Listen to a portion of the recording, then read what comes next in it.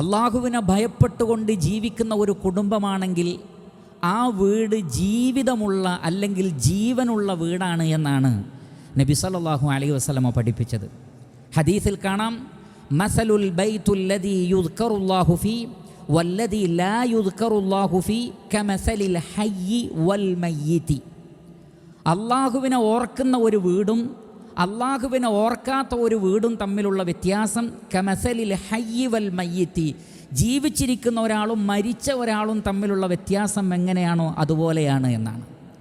അവിടെ ഒരു വ്യക്തിയെക്കുറിച്ചല്ല പറഞ്ഞത്, മസലുൽ ബൈത്ത് എന്നാണ് പറഞ്ഞത്. അള്ളാഹുവിനെ ഓർക്കുന്ന ഒരു വീട്, ഉപ്പയും ഉമ്മയും മക്കളും ഭാര്യയും ഭർത്താവും സഹോദരങ്ങളുമൊക്കെ പടച്ചറബിനെ പേടിച്ച് ജീവിക്കുന്ന, ദീനീ കാര്യങ്ങൾ ചർച്ച ചെയ്യുന്ന, ഖുർആൻ ഓതുന്ന, ദിക്റുകൾ ചൊല്ലപ്പെടുന്ന ഒരു വീട്.